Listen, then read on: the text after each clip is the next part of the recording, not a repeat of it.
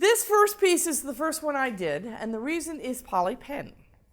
She's a good friend, and she's a composer and lyricist. She teaches at NYU.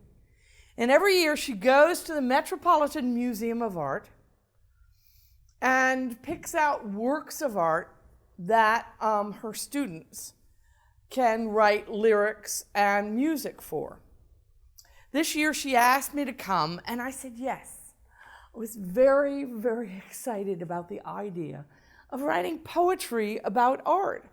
I couldn't stop thinking about it, and I couldn't stop talking about it, and so finally, to shut me up, she said, do one on that.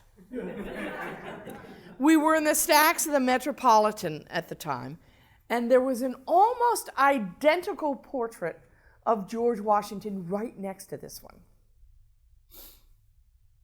Now, there were certain rules to this assignment. I wasn't supposed to look up anything about the painting, about George, about Gilbert Stuart. I did.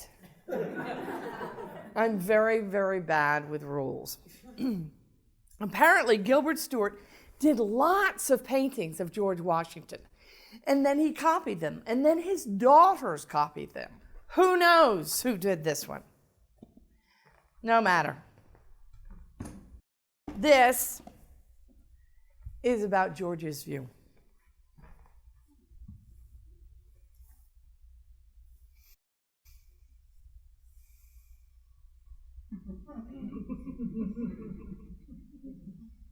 What am I doing here? I like the other portrait better. Less green, more red. I said no too many times, and too many times he said, I have a commission, pardon the repetition of the task, but I must ask again. I refuse. And then he asks again, like a magpie pecking at my door. What is this one for, I asked, and well I should. This is really for the greater good. How many has it been? Must be some sort of sin to hang my face on every door with Gilbert in the background smiling, just one more. I sit here still, legs numb, face fallen to a weary grimace. He flatters and cajoles, secretly erasing jowls and moles, making experience a decoration, not a deed. Why do they need one more picture, one more icon of the past? When can I be left alone at last to contemplate my fate? These portraits grate against the memory of hard days roughly won, leaving a hollow behind my eyes. He talks of horses, battles, men, as if he remembers when. Question: where were you when they all lay dying? Sharp cries dwindling in the snow, breathing small ghosts of air and sighing at the last. Where did you go again? England. As he paints, I remember ideals that dwindled into compromise, profiteers dressed like patriots, and patriots dressed like farmers forgotten in the field. Will all this trouble ever yield a fertile soil? As he paints, I memorize my past, finding at the last that I am not as wise as my painted image might appear. What am I still doing here? I like the other one better.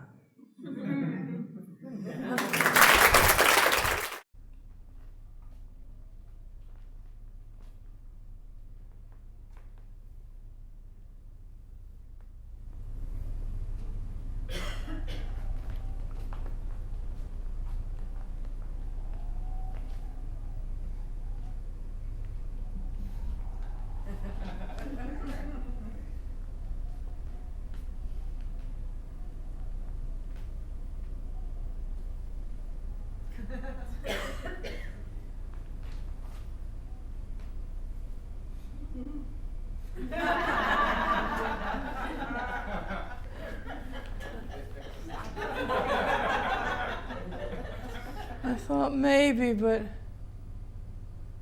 no, I really don't get it. And I don't want anyone to explain it to me, all right? Okay? It's not. If it was good,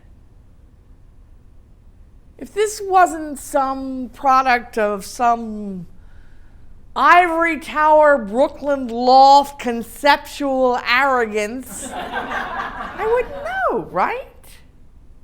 And it's frustrating. It's not like the night at the movies when we can go out and yell a curse or laugh at the screen. I did pay for what I've seen. I have a perfect right to grumble, to walk out with a pout. But art can be a very intimidating medium. I look at all the others passing by. Do they know why? Do they know something I don't? It's so very hard to tell with art. There's a sort of hushed reverence. Nothing can be touched without a cautionary whisper from the gods.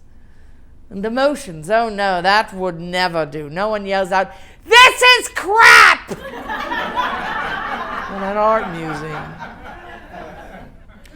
If you know someone who does, please introduce me. I will bring them next time. I will stand them in front of this monstrosity and let them do their thing. The only problem might be is if they see what I cannot. That is the intimidation of museums. That silent voice that says, I am not clever enough to see what is clearly genius to everyone but me.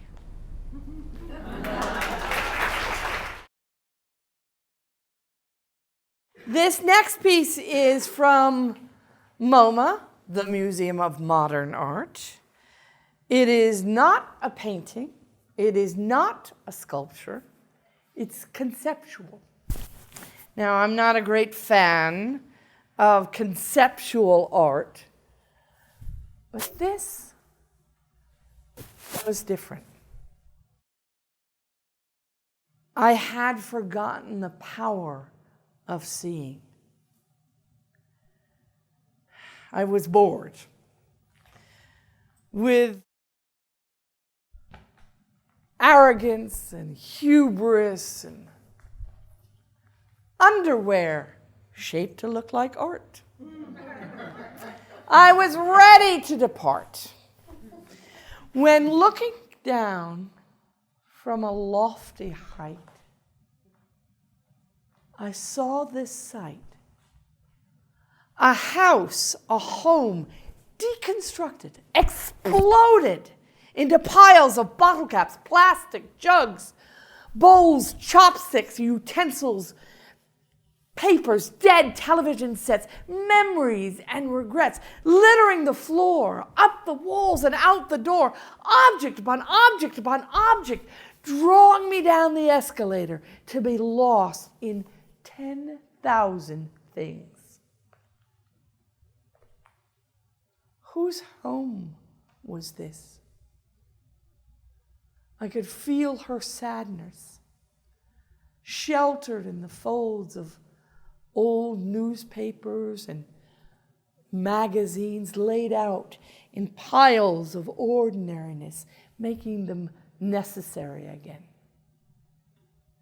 There was will here and a quiet, sullen madness. I felt it in the bones of bamboo that held the house together, fragile and strong, each trait married to the other. There was aloneness here. In the midst of this crowd of things, I know women who talk constantly for fear of disappearing in the silences. Was this something similar? Were they conversation pieces? Someone to talk to when everyone else was gone? Did each object hold her tethered to the ground? Did she grab at things like the edges of a hole? There was purpose here, invested in thimbles and teacups. Loss and denial were laid neatly on a pile, forgotten among the rest. What was she hiding so blatantly, invisible to the ordinary eye? Was she ever counseled not to try? Or did close friends and family hold their peace, hoping she would find her own release? What was here? Was here a way to stay alive, to thrive even on plastic pots and strings? I wasn't sure. I only knew that in this place was gathered all that might be lost. In this place, in this house, was spirit made tangible. In this house was art, giving things a soul.